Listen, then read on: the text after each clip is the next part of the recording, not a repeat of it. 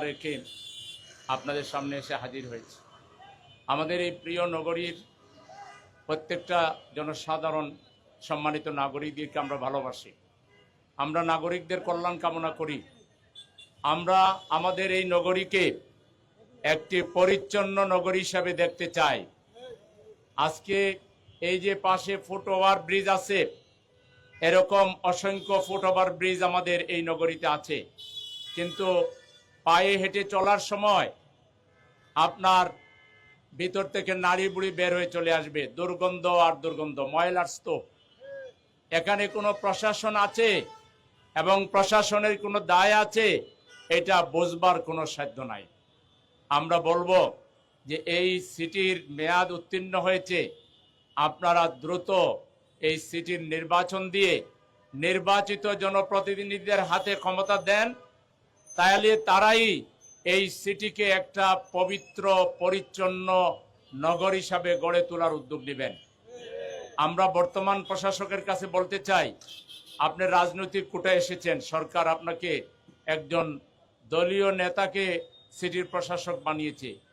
আপনি আপনার উইল ফোর্সকে যদি ব্যবহার করেন, আপনার যদি বিবেচনা শক্তিকে ব্যবহার করেন, আপনার কাছে দাবি জানাচ্ছি আগামী 3 দিনের ভিতরে নগরীর যতটা ফুটওভার ব্রিজ আছে প্রত্যেকটা আপনি নিজে থেকে পরিষ্কারের উদ্যোগ নেন।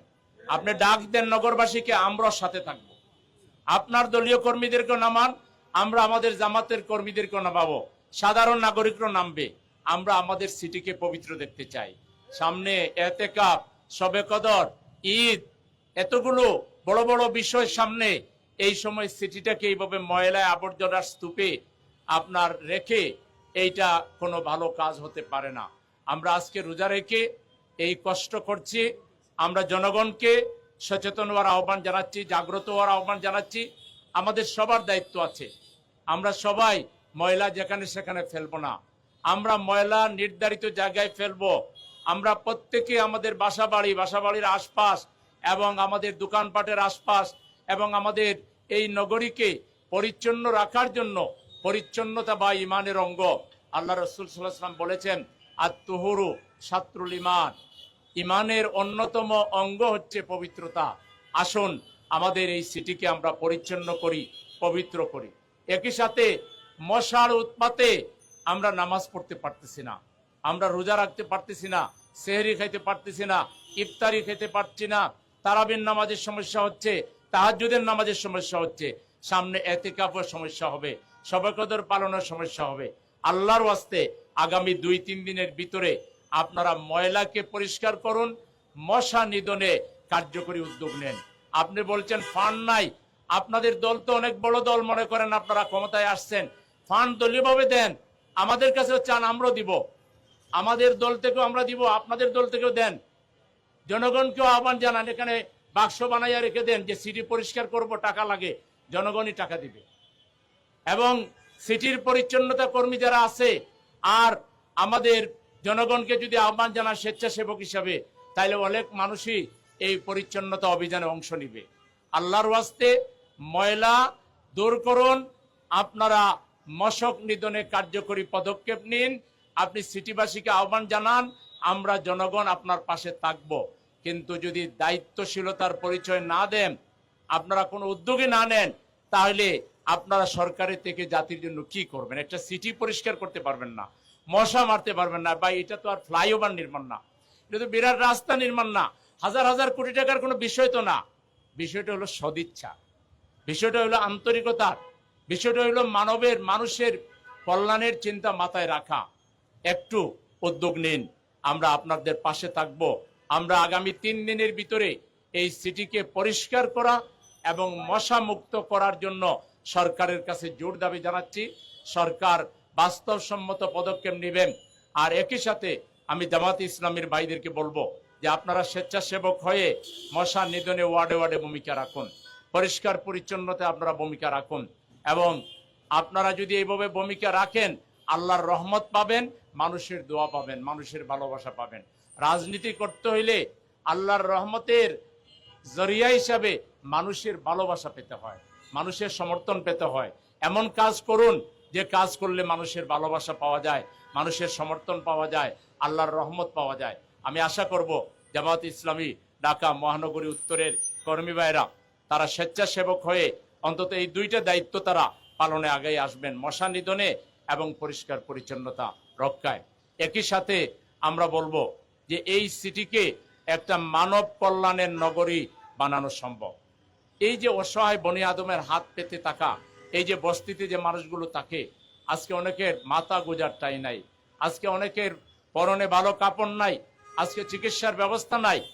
এই সিটিতে যে পরিমাণ ধনাঢ্য মানুষ আছেন তাদেরকে যদি আমরা উদ্বুদ্ধ করতে পারি, তাদেরকে যদি আমরা কাজে লাগাতে পারি, বেসরকারি উদ্যোগেই ইনশাআল্লাহ এই সিটিকে একটা মানব দরদি, মানুষের কল্যাণের জন্য এটা একটা মানবিক সিটি হিসাবে গড়ে তোলাটা কোনো বিষয় হবে না। প্রয়োজন হলো যোগ্য নেতৃত্ব, প্রয়োজন হলো আল্লাহওয়ালা নেতৃত্ব, প্রয়োজন হলো মানব দরদি নেতৃত্ব। আমরা যদি সঠিক নেতৃত্বের হাতে সিটিকে তুলে দিতে পারি, ইনশাআল্লাহ 5 বছরের ভিতরে এই সিটির মানুষ অন্যরকম এক সিটি দেখবে যা উন্নত বিশ্বে দেখা যায়।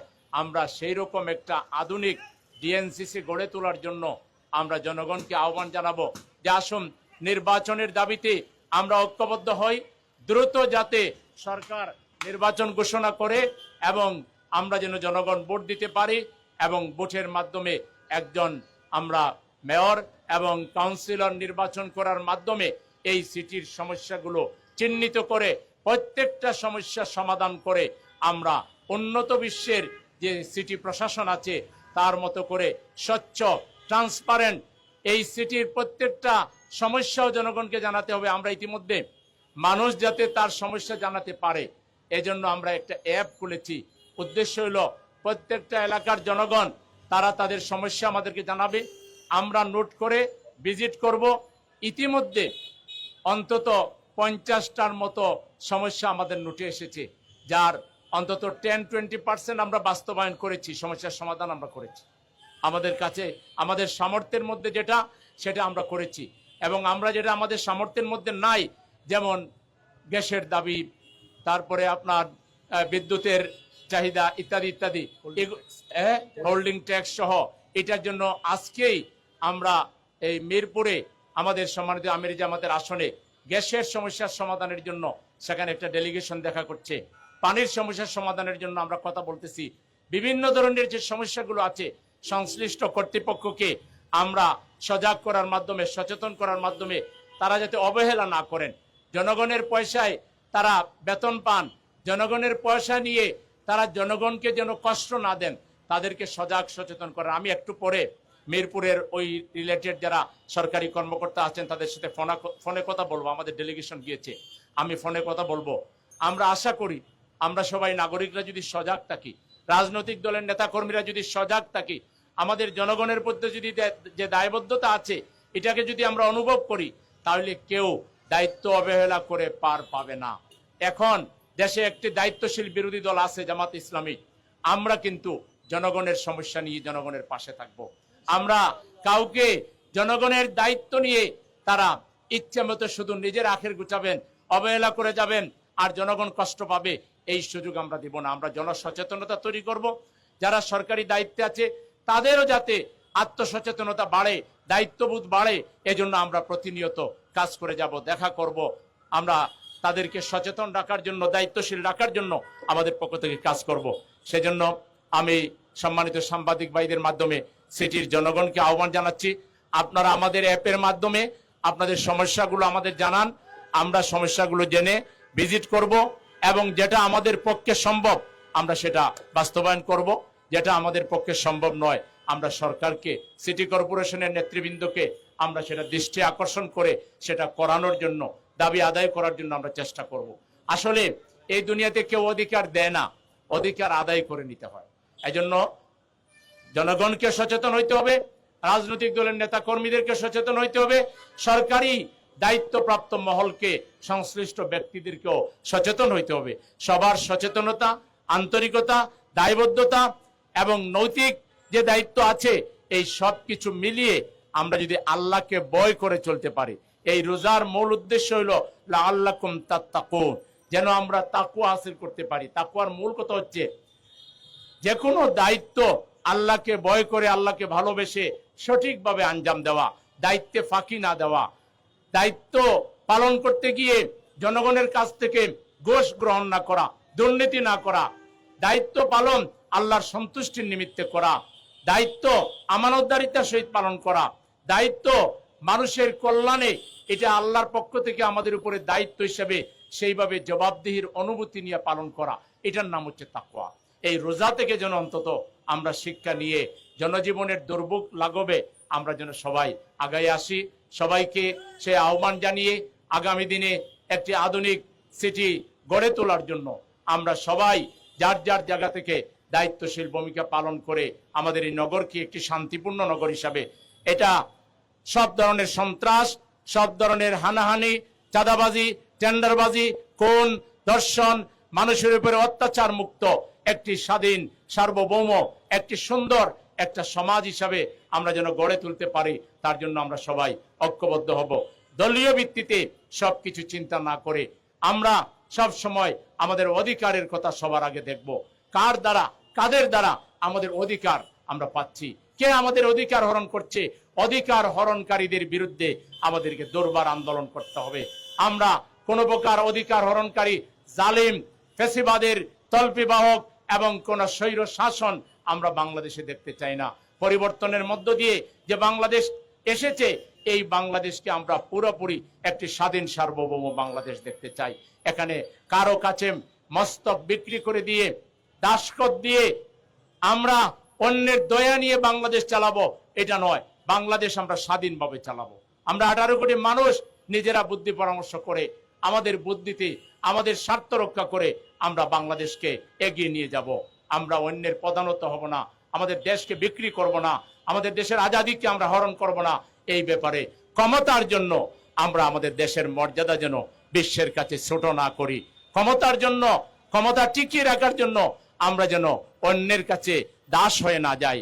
এই ব্যাপারটা সবাইকে খেয়াল রেখে গোটা জাতিকে নিজের দেশের স্বাধীনতা, সার্বভৌমত্বকে অক্ষুণ্ণ রাখার জন্য বিশ্বের দরবারে একটি সম্মানীয় জাতি হিসাবে জুলাই যোদ্ধারা, মহান মুক্তিযুদ্ধে আমাদের স্বাধীনতার বীর পুরুষরা এবং জুলাই যোদ্ধারা যেভাবে মাথা উঁচু করে বিশ্বের দরবারে বাংলাদেশকে উঁচু করে ধরেছে, আগামী দিনে এই পথ চলা আমাদের অব্যাহত থাকবে এবং আমাদের জুলাই চেতনাকে কোনোভাবে ভুলুণ্ঠিত হতে দেওয়া যাবে না।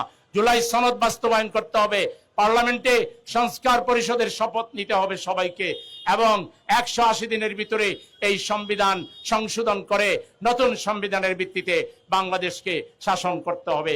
এর বিরুদ্ধে গিয়ে 4 কোটি 20 লক্ষ মানুষ, 40 লক্ষ মানুষ যে সনদ বাস্তবায়নের জন্য ভোট দিয়েছে, এর বিরুদ্ধে গিয়ে জনগণের সাথে প্রতারণা করলে জনগণ কোনোভাবে এটাকে মেনে নেবে না। আসুন আমরা সকলে ঐক্যবদ্ধভাবে আমাদের এই প্রিয় জন্মভূমির স্বাধীনতা, সার্বভৌমত্ব এবং এই প্রিয় জন্মভূমির ডেভেলপমেন্টের জন্য আমরা দলমত ঊর্ধ্বে উঠে জাতি, ধর্ম, বর্ণ নির্বিশেষে আমরা এক কাতারে সামিল হয়ে দেশের স্বার্থকে সবার আগে প্রাধান্য